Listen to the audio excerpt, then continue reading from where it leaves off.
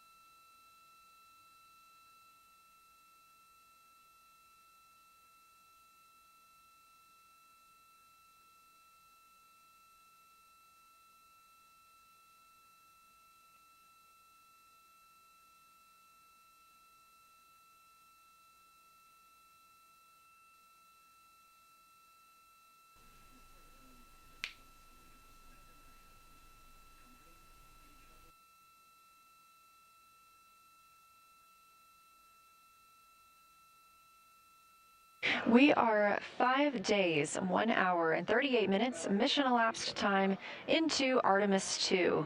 In this view on the screen, you can see the crew starting to even look through some photos that they may have captured today. We really look forward to sharing these photos with you as soon as we possibly can. And the best way to keep up with those is to follow NASA on social media. You can do so at NASA, and for this mission specifically, at NASA Artemis.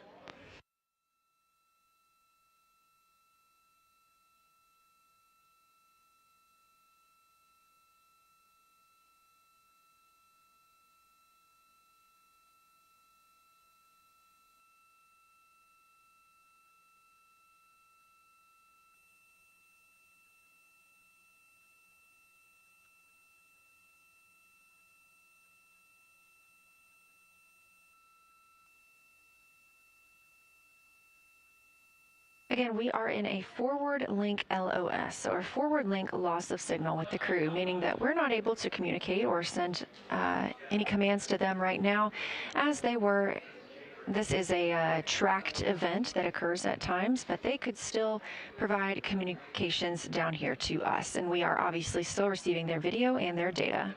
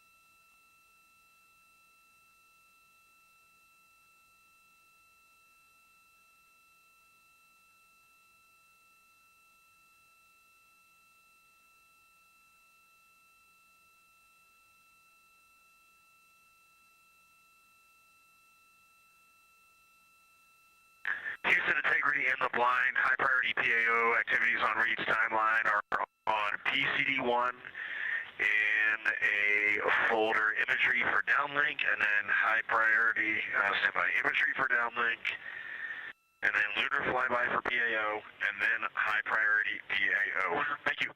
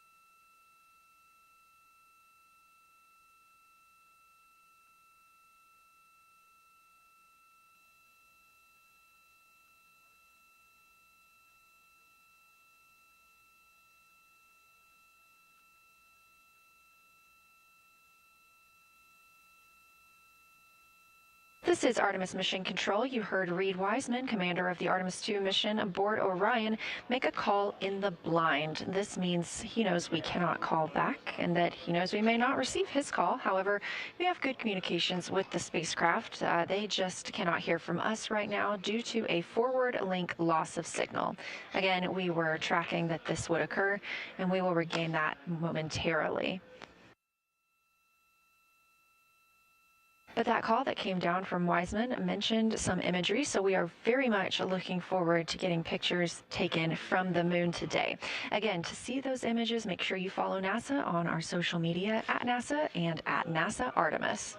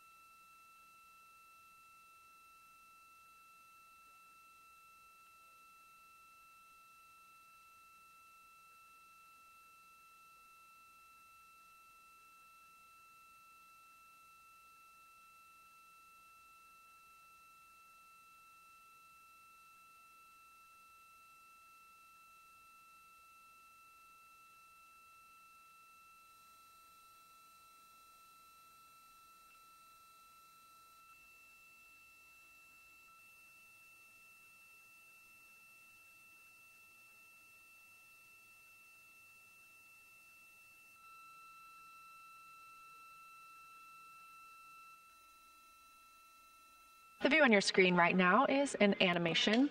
This is called ARROW, or Artemis Real-Time Orbit website. You can visit this for yourself at nasa.gov/trackartemis, and you can watch as we continue to grow closer to Earth and farther away from the moon. It's all seemed to happen so fast so far, and we're coming up on splashdown now in 3 days, 23 hours and 31 minutes.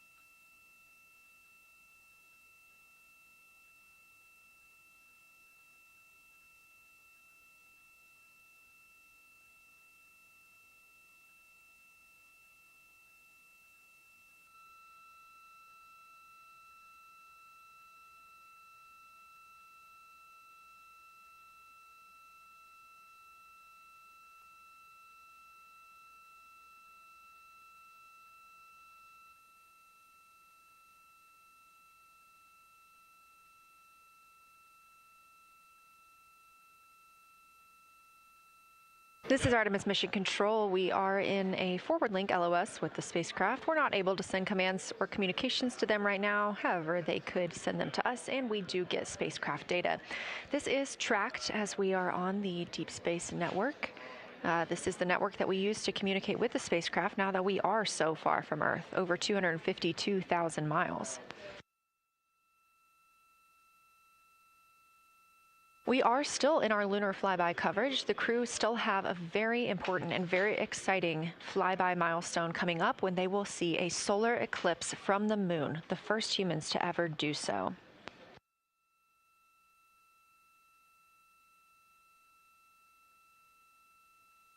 Something that we also have to consider when it comes to our missions and launches is space weather. So since the Apollo 16 and 17 missions, there were some solar eruptions near that time frame that could have been dangerous to our explorers. Over those 50 years since those storms, the data, technology, and resources available to NASA have improved, enabling advancements towards space weather forecasts and astronaut protection, which is key to NASA's Artemis program to return astronauts to the moon.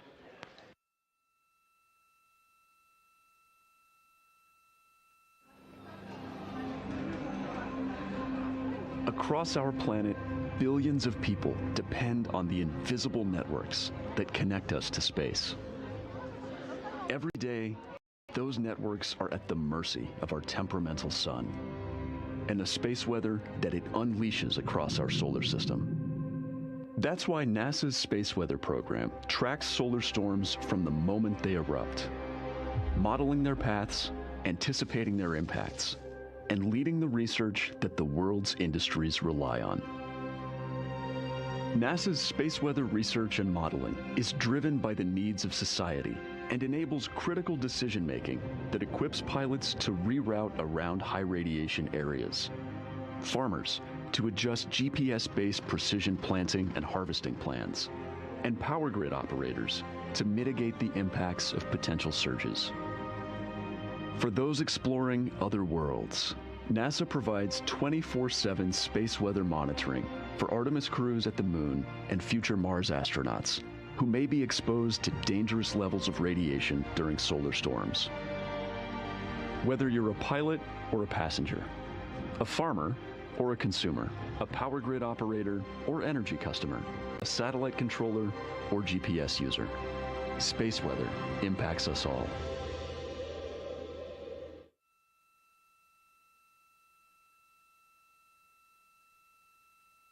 This is a live view from the Orion spacecraft on the Artemis II mission. It's now been 5 days, 1 hour, and 54 minutes since we launched.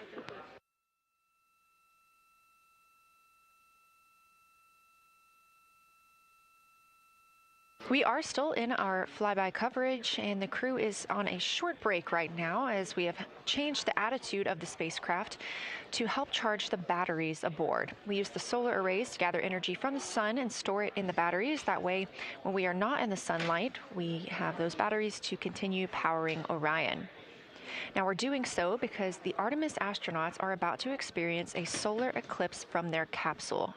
And this is a solar eclipse that no one else on Earth will experience.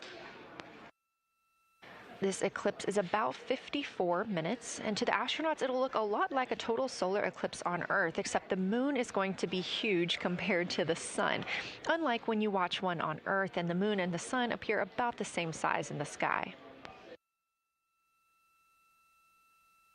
We're interested to learn if they see the outer corona when the sun is fully obscured by the moon. And because of how big the moon will be from their perspective, the total phase of the eclipse will last nearly an hour. The astronauts will see a partial solar eclipse as the moon covers and uncovers the sun, which is before and after totality. So, much like us on Earth, they will have eclipse glasses so they can safely view that portion. The astronauts will also be using cameras to capture images of the corona during the eclipse.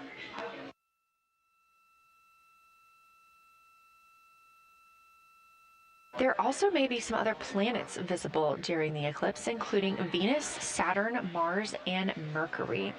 If they can identify what part of the sky they're looking at, this can help train future Artemis astronauts on what part of the sky they're seeing. This provides useful knowledge in challenging situations when they may need to rely on that information instead of instruments for navigation and orientation.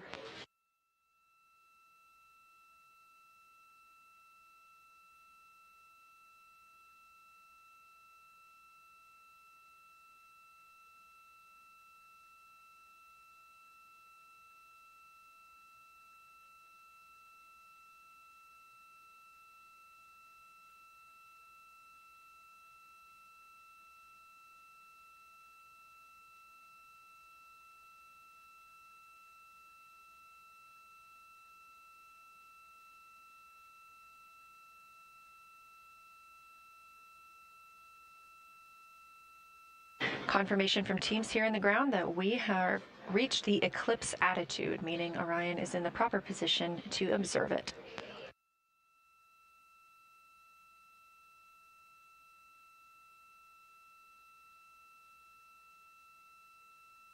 The astronauts' break during this observation period is now over, and we are resuming their lunar flyby observations. The first of these is sunset. This is the solar corona that we'll be looking for. It's the outer atmosphere of the sun. The science team is also interested in if the astronauts can see polar plumes. These are thin streamers that project from the sun's north and south poles. Additionally, they're interested in seeing if the crew can witness coronal loops. These are arcs close to the sun's surface. And something else that we've previously mentioned is lunar dust. This is dust from the moon that is lofted above the lunar surface and illuminated by the sun. It was reported visible by Apollo astronauts.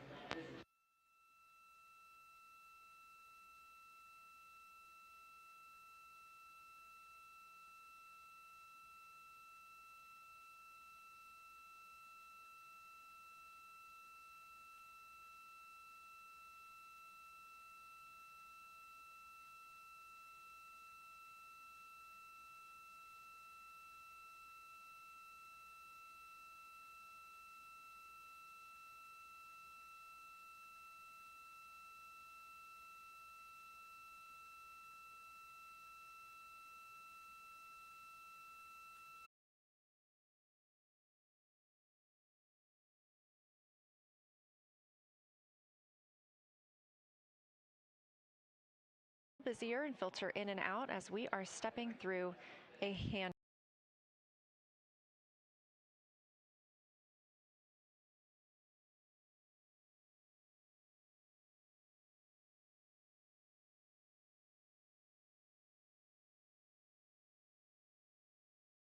over. The Orbit 1 team is handing over to Orbit 2, who will continue